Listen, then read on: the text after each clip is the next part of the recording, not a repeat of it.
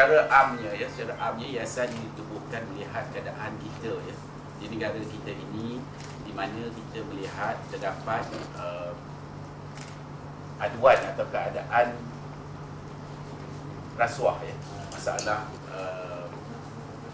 rasuah ini masih lagi begitu rampant ya, begitu rampant. Jadi kita beberapa NGO yang diketuai oleh Tubuh Aziz telah membuat keputusan untuk mewujudkan sebuah badan bagi menangani ataupun bersama rakyat semua ya, bagi menangani gejala rasuah yang masih berjalan lancar. Kata banyak sangat pun kita mungkin tidak mempunyai statistiknya ya. Pasal rasuah ni yang ada statistik sikit, yang tak adanya, yang tak nampaknya lebih banyak ya. Jadi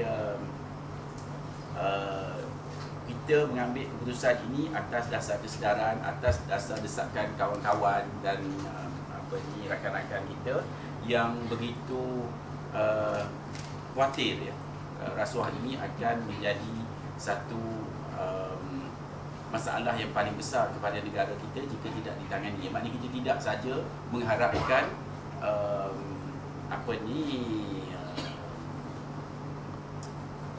SPRM, Suruhanjaya Pencegahan Rasuah untuk bertindak. Maknanya dia buat kerja dia, kita akan sokong. Kita pun bukan bersama dia in that aspect, tapi maknanya sama-sama kena buat. Dan kita mengajak rakyat semua dan kawan-kawan kita semua bersama-sama kita dan bersama berusaha bersungguh-sungguh untuk mengatasi gejala rasuah yang kita lihat tidak akan berkurangan jika kita hanya membiarkannya. Jadi kita pun tak nak buat armchair kritik ya. Maknanya kita kena bersama-sama buat sesuatu dan berusaha demi masa depan negara kita. Ya. Jadi saya dengan sedikit pembukaan itu, kita minta pengurusi kita Tubuh untuk meneruskan visi kita tadi. Tanya, kenapa nak buat lagi satu anti-corruption yayasan ataupun body? Tetapi I think I'll conduct the rest in English. Yeah. Because there is never enough when it comes to fighting corruption. Kalau you ada 1,000 pun jangan tak cukup, boleh lebih lagi boleh. So, it's not a matter of trying to, macam Dr. kata tadi, trying to duplicate or replicate apa yang sudah ada. Kerana these different agencies, including the Malaysian Anti-Corruption Commission, Transparency International Malaysia, dan banyak lagi lah badan-badan lain, they have specific functions. But if we realize from experience all over the world, bukan sahaja di sini, corruption is everyone's concern. So we cannot just, let the fighting be done by proxy. In other words, use your proxy to fight corruption, because it is our problem. Yeah? Sometimes people say, why do we worry about corruption? Corruption doesn't hurt anybody. Corruption, is an activity between two consenting adults. Oh, now that sounds terrible. But both sides benefit. Kenapa you nak buat kabut ni? What people don't realize, but the corrupt will not realize, don't want to realize it, that the victims are out there. Now, who are these victims? We are concerned with the poor. Yeah. We fight corruption to empower the poor. Yeah. We don't fight corruption for its own sake. people who are the least educated members of society. Karena itu, they don't even understand their rights. Kita semua ni tidak tahu. We are always talking about human rights, talking about what about my rights. Tetapi the poor, the marginalized, they don't even know what their rights are. So now it is the duty, I think, of educated people, people who are not disadvantaged, to take up the fight. Another thing which worries us, as Dato said earlier, corruption has become rampant. Although, certain government agencies will say that corruption, the level of corruption has come down. But how do we, Dato, hit right on the head, the nail right on the head?